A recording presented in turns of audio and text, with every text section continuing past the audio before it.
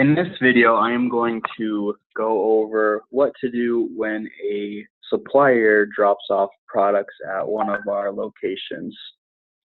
So first off, what we need to do is we need to make sure that we have enough of these supplier agreement forms printed out.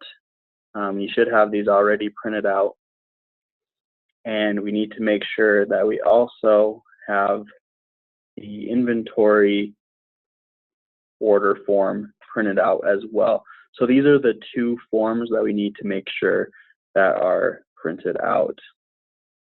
So what we will do is first we will go through the supplier agreement form with the supplier. So we need to explain everything on here, make sure that they date here, that they put their name here, and then we go over these things, explain the process to them, make sure we answer any questions that they have, because what we don't want to happen is for them to drop off their products, leave, come back in a little bit and say, hey, I didn't know about this. What we want them to do is make sure that they know everything, and then that once this contract is signed, it's actually really it's a binding agreement. So if they ever come and accuse us of anything, we can say, no, you signed this, you should have known. Okay, so we need to make sure that they put their name here, that they sign here, and then date it. And then whoever is in the shop, they need to make sure that they put their name here, sign it, and then date it. And then we keep this form. So we need to have a binder or some sort of folder so that we can keep all of these together, and we'll keep them forever, from our first one till hopefully our 1,000th or millionth one. We still have all of these. Okay, so from there you will then fill this form out with the supplier. Okay, so first thing on this that you'll see is inventory ID. So essentially each product is going to be having an ID number. Okay, every product that we have. So each location will also have an abbreviation to begin the inventory ID. So Accra will always, if products are dropped off at Accra, they'll always start with AC. Okay. If the product is dropped off in Aflao, the inventory ID will always start with AF. And then if it's dropped off in Ho, it'll start with HO.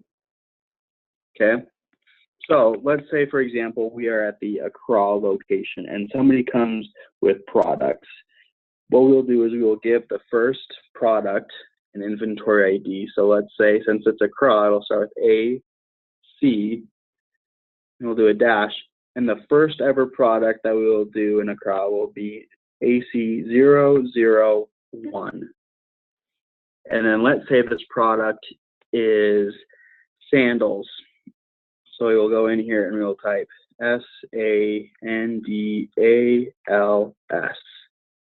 Okay. And then we have description of product. And we need to be as detailed as we can in this, because some of these products, yeah, it's obvious to say, hey, this is a sandal, but maybe they give us a product that we're not too familiar with.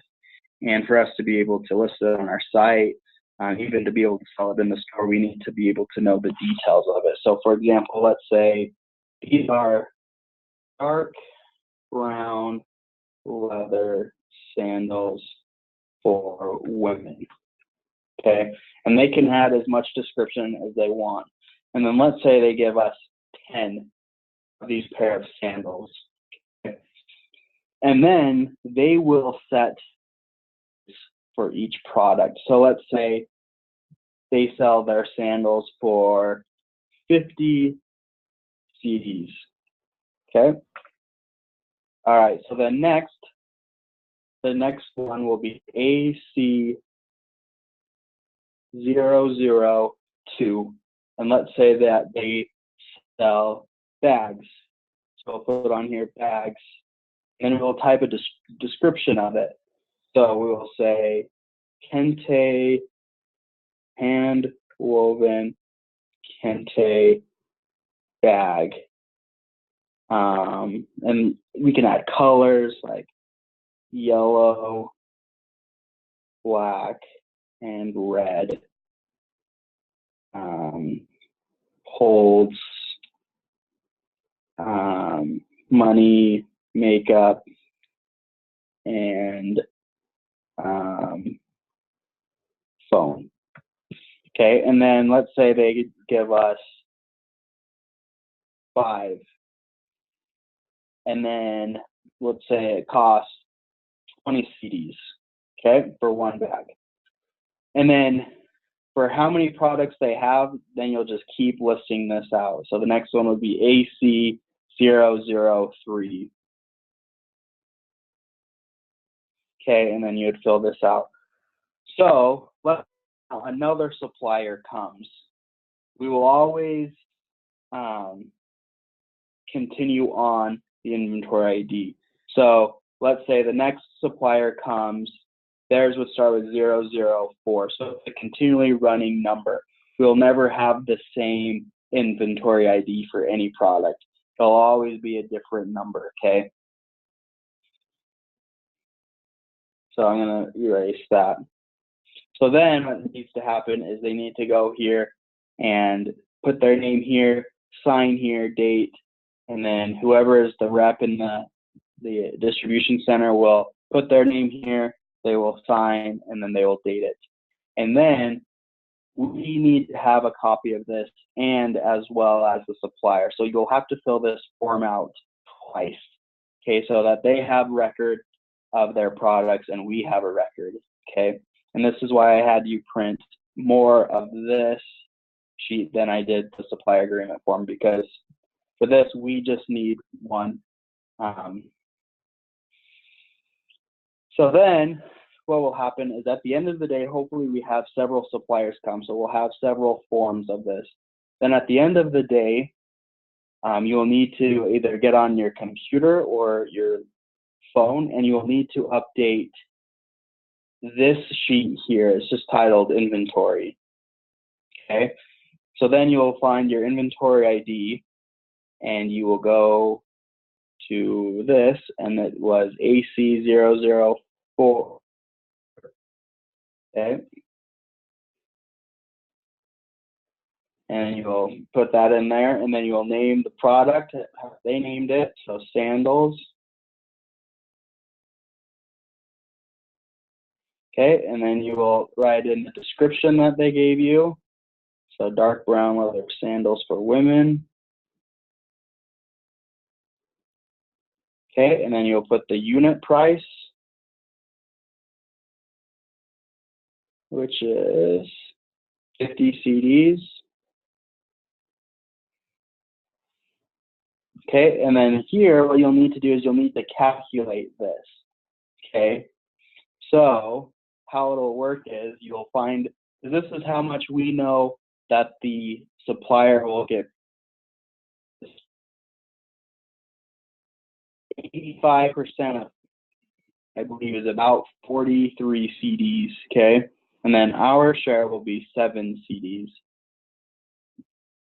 So this is how much we will get paid, okay? And then the next thing that we will do is quantity total. So let's go back here, and they gave us 10 sandals. So we will go on here, and we will list 10.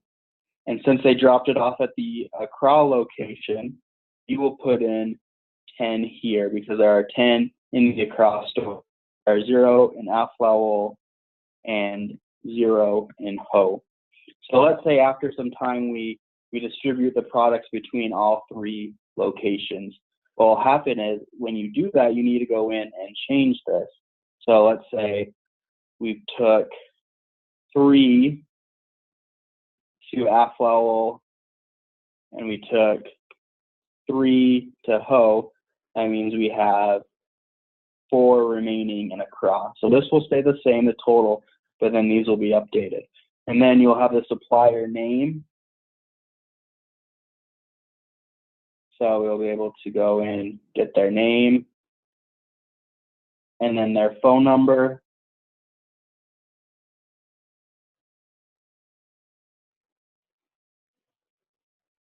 okay? Their address, product, photography. So once you put it on here, make sure you put no. So that tells David that he needs to take a picture of this. Okay. And then we need to, then what will happen is I will go on here and I'll list the product on the website. So I will do probably a separate video of how that works. But for now, that's what I'll just be working on, okay? So this is all the information that I need to know in order to put it on the website. Okay, so again, you will update this every day from these sheets that you get. Okay. So then, from there, you will, so even another thing that we need to do, once we get the product, we need to get some sort of price tag, okay? Something similar to this, something where we can write the product ID as well as the price on here, okay? So what will be written on here is the inventory ID. So you take AC004 and then the 50 CDs, and we would need to write it on one of our price tags, and then we stick it on the product, and it'll never leave the product. It'll always stay on there. Okay, and then the final thing that we have is this sheet here that's labeled suppliers. Okay, what we'll do is we will share this sheet with all of the suppliers. Okay, I'll send you a link. So this link, if anybody goes to it, they will come up to this sheet right here. And what we will do is, once you have updated this, you'll also put that information into here. So for example, we have product AC004. We'll copy that and put it in here. And then quantity in stock, we said there are 10 of them. So then we'll put 10 in here. And so why this is important is because our suppliers will come on here and they'll be able to have an update of how many products they have. So let's say we sold 3 of these. So we would update it to 7. So if the supplier could get on here and say, okay, I've sold 3, I have 7 remaining. So once I see that it's getting low, I know to get more product and take it to the store. And so this way that they can see that their product needs to be supplied again. So again, I'll send you a link that will have this. So if you have any questions, please always make sure that you either message me, message each other to ask any questions. The most important thing is that we make sure we know whose product is whose.